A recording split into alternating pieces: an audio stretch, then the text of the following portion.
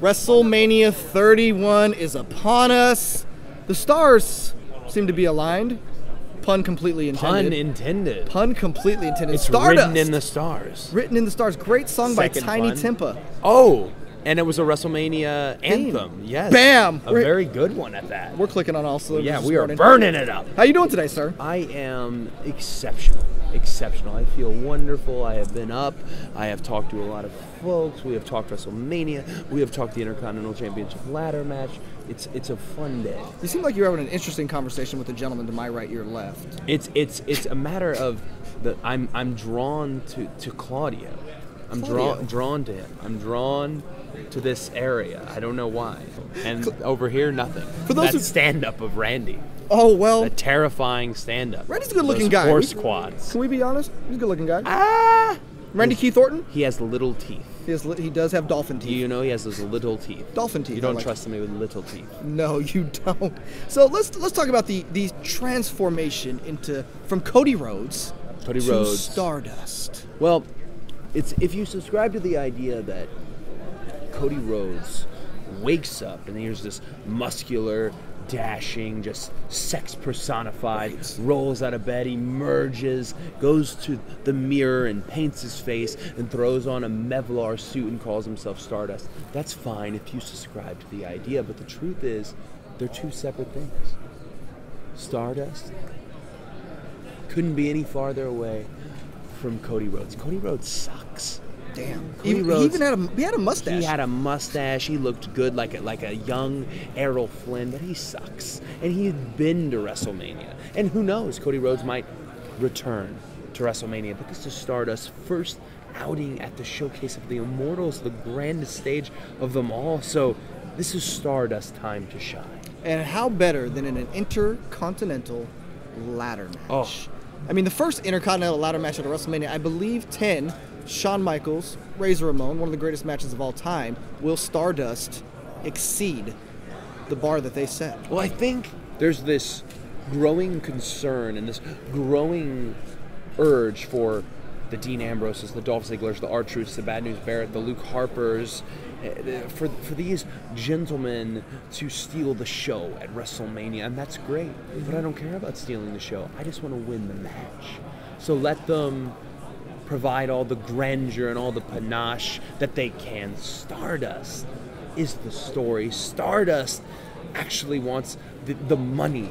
He actually wants the Intercontinental Championship, thus having the Ivory Enterprise, saying he got the Cosmic Key, which he did, and then grabbing the Ivory Enterprise, and then what's next? So close to the Triple Crown.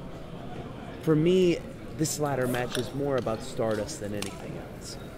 As well it should be. Now, thank you. And I agree. Let's talk about what has happened to Goldust. Goldust? Have we evaporated that dust? Gentlemen over here called Goldust Old Dust. Well, he's not young. And that really just, it rings true.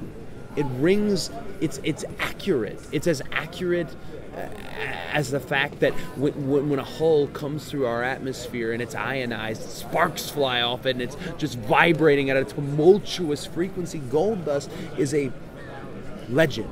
Right. But he's a legend. I don't know how many of these legends and Hall of Famers I can take at this point. It's about the young and the hungry. I mean, if you think about the Andre the Giant Memorial Battle Royal and you think about you have someone, a legend like Goldust in it, but you also have a NXT standout like Hideo Itami who's won his way into that match. I think for me, it's about the young superstars, the superstars that I'm going to share the next 10 to 15 years with. So let's talk about that. You cut a great promo on, I guess the quote would be the Attitude Era leftovers, perhaps? When do you feel like it's going to be finally time for these guys to step aside? The Big Shows, the Canes, hell, even the New Age Outlaws like to pop up every blue moon. It's not a matter. I don't have any issue with the part-time WWE superstar. It's become kind of a it's become kind of a term that part-time we throw around. You know, we don't always see Rock, we don't always see Brock, we don't always see Jericho, but they always deliver. They always bring it. They really genuinely do, and they bring the game up of all the WWE superstars. But then there are those who are just hanging on. and they're just taking a paycheck, and they're taking up space in the damn locker room. And I'm so tired. Your television time. So tired of that. You get nothing in this world for loyalty. You get no points for waving the banner for a really long time. You get points for making the people feel something. And when Stardust is around, the people feel something. To talk about this ladder match, when you see Dean Ambrose, when you hear the rum, and when you see Dolph Ziggler, those superstars, as much as I'm not friends or not so fond of them, they make you feel something. And it's about the young and the hungry, and not about the old and the jaded. That is a great point. Well, I wish you the best of luck this Sunday. It's going down Santa Clara. Woo! Claudio, come here. You need to come sit down. Come say hi to Stardust. This is Claudio. that shirt. That shirt.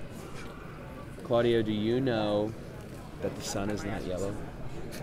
I did not know that. It's tinted yellow from our atmosphere. The sun is white. That's a real thing. Not to steal a page of this, it's all a fact. It's indeed a fact. Stardust, ladies and gentlemen, the man, the myth, the legend, the everything. Thank you guys My friend. very much. Thank you.